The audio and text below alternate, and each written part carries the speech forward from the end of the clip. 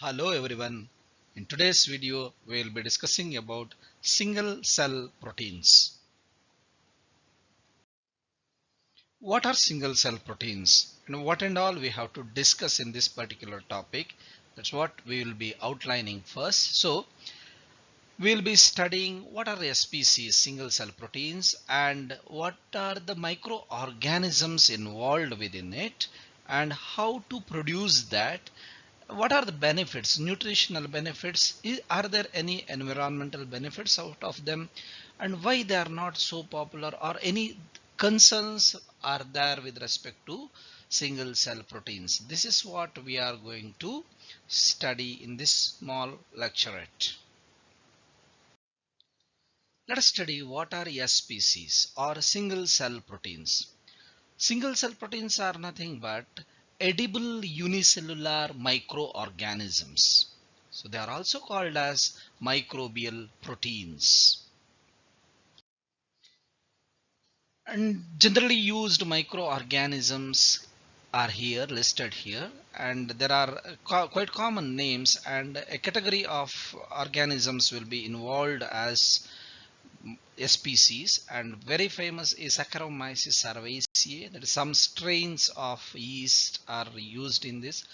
Pichia pastoris is the another type of fungi which is involved in this. So they are together called as nutritional yeast along with some other strains also. But we have taken selected ones here.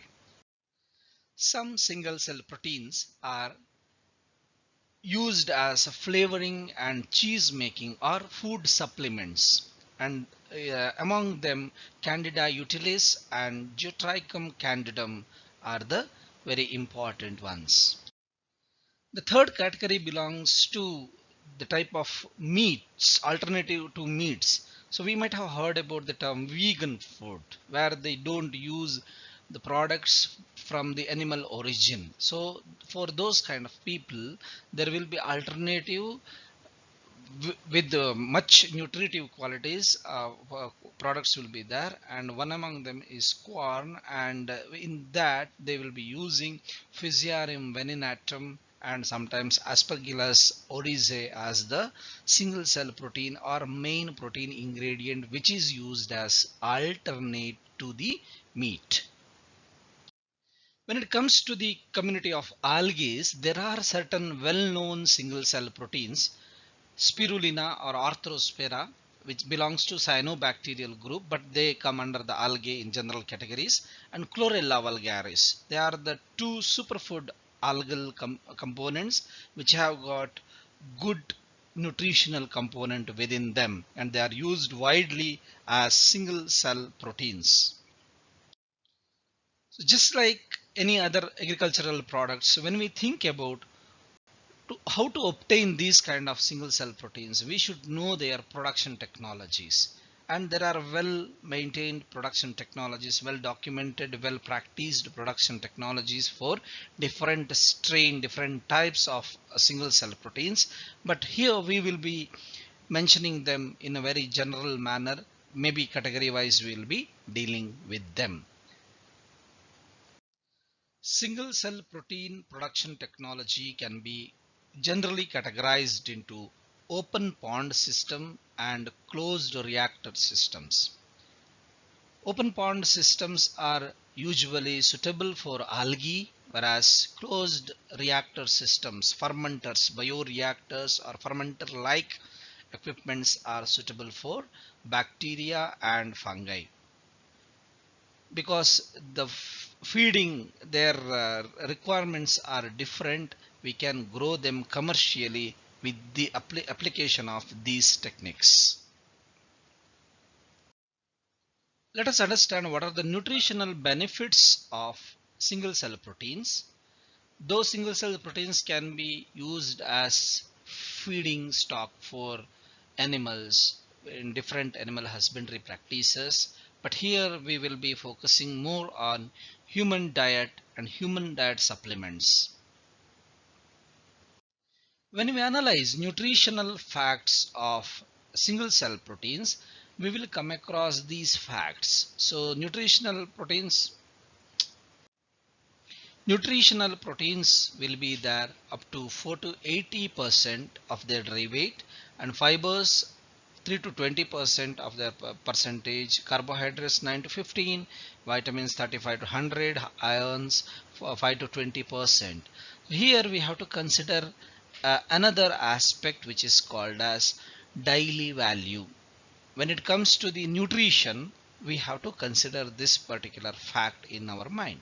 What is this daily value? Daily value refers to intake of any nutrition which is required per day to function normally for any individual. So usually proteins we need up to 50 grams per day. So if we can take intake 100 grams of any SPC, we should be able to have our daily protein needs.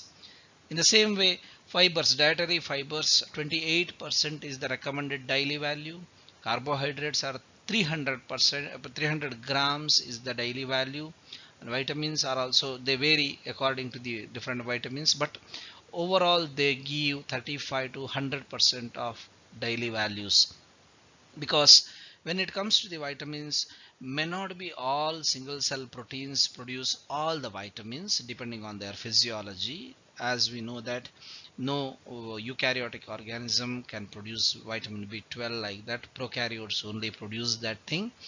So it should be supplemented by prokaryotes, that means cyanobacteria or bacterial the single cell proteins will be supplementing that, and we will get all these nutritions from single cell proteins. That's why even spacecrafts or aeronauts, they prefer their diets within the range of single cell proteins like that. So in total we can call it as complete food. Let us understand the ecological benefits of single cell proteins. So to understand ecological benefits, first we should know the current scenario, that is when we have commercial agriculture, the land as we are doing today, we will be facing a lot of issues within them. So like high water footprint, high land use, climate change will increases because of the commercial agriculture, and more biodiversity will be destructed, more environmental degradation takes place, and ecological footprints will increases. Whereas in contrary to that, when we consider single cell productions and their production methodologies, there will be less water footprint because of the high biomass which is getting produced there, less land use will be there, climate change will decrease, less biodiversity destruction will be there, less environmental degradation, and less ecological footprints can be observed. In that aspect also, single cell production, protein production will add to the ecological benefits, though certain aspects are still in under dispute, but we can generally we can say that they are ecologically beneficial in nature.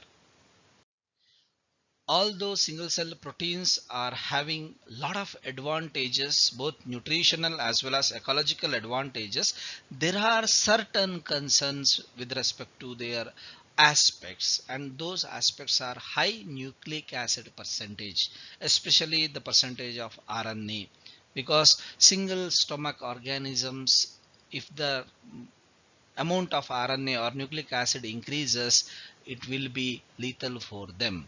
And in the same case, cellulosic cell walls, in the case of algae or other cell walls which may not be able to digestible by the humans, and their presence will make it non-accepted, and possibility of unpleasant colors and flavors are there due to the mm, poorly regulated production technologies, and there can also be presence of toxins due to the contaminants depending on the production technologies, because since they are microorganisms we may not be able to see them in without any aids. So what happens, it will aid to the concerns, so that they can have concerns that it can have some toxins within it, mycotoxins are very dangerous to humans.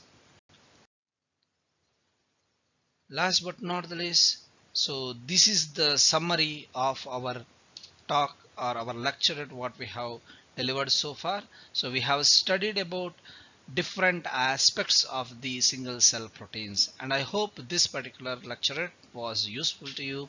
Thank you for listening.